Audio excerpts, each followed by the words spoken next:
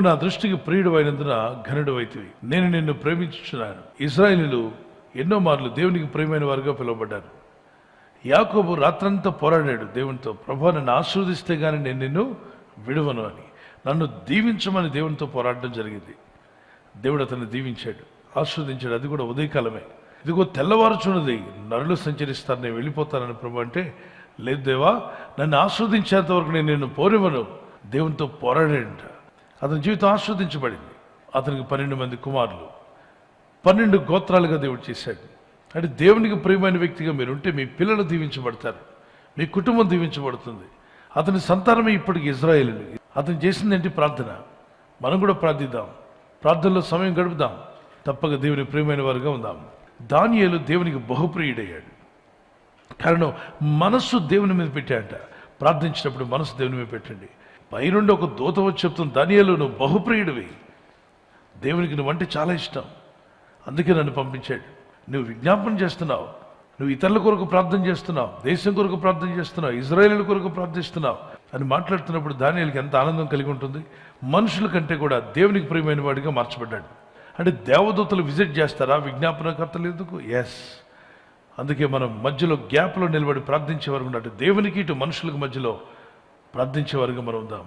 దేవునికి ప్రియమైన వారుగా మార్చబడదాం. మన యందు దేవుడు ఆనందించాలి. మీ యందు యెహోవా ఆనందించిన ఎడల వాగ్దాన దేశమునకు మిమ్మల్ని చేరుస్తాను అన్నాడు. అంటే వాగ్దాన దేశం మనందరికీ ఏదంటే పరలోక రాజ్యం. ఈ పరలోక రాజ్యానికి దేవుడు మనల్ని చేర్చాలి అంటే మన యందు దేవుడు ఏం చేయాలట? ఆనందించాలి. మన యందు దేవుడు ఆనందించే విధంగా మనం జీవిస్తే ఒక రోజున ఖచ్చితంగా పరలోక రాజ్యం చేరుస్తాడు. మనల్ని వదిలిపెట్టాడు, మనల్ని పోగొట్టుకోడు. దేవుడు ఆయన రాజ్యానికి చేర్చుకుంటాడు. నిజంగా మనం దేవుని ప్రియులమేనా?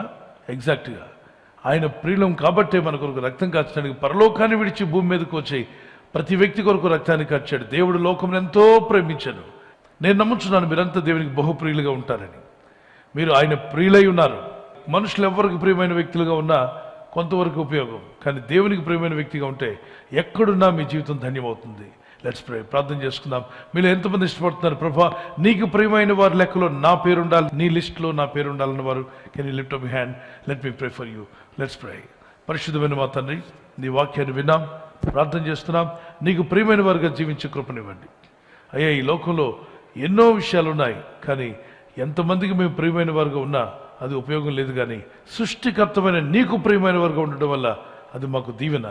ప్రజల కొరకు ప్రార్థించినటువంటి, ఇతరుల కొరకు ప్రార్థించిన దానియేలు నీకు ప్రియమైన వారిగా మారారు. నీ చిత్తం చేసినప్పుడు నీకు ప్రియమైన వారిగా మారారు ప్రభా. తండ్రి, ఈ రోజు నుండి నీ చిత్తం చేసే కృప, నీ వాక్యానికి లోబడే మనసు, నిన్ను సంతోషపరిచే జీవితాలు మాకు దయచేయండి.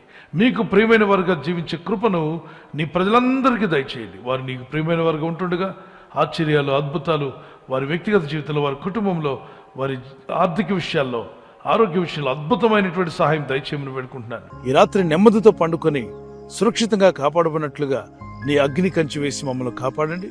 మీ చిత్తములో కొనసాగే కృప అందరికీ దయచేయమని యేసుక్రీస్తు ప్రశస్త నామములో వీరందరికీ చక్కని నిద్ర దయచేసి తెల్లవారు లేచి కృపను మాకిమ్మని క్రీస్తు నామములో అడిగి వేడుకుంటున్నామా పరలోకపు తండ్రి. ఆమేన్. ఆమేన్. ఈ వాగ్దానం విని ఊరుకోవద్దు. వాగ్దానం విన్నాక ఆమెన్ చెప్పి ఇతరులందరికీ షేర్ చేయండి, లైక్ చేయండి. అలాగే సబ్స్క్రైబ్ చేయని వారందరూ సబ్స్క్రైబ్ చేయండి. ఈ దేవుని మాటలు అనేకులకు చేరవేయండి. Good night. God bless you.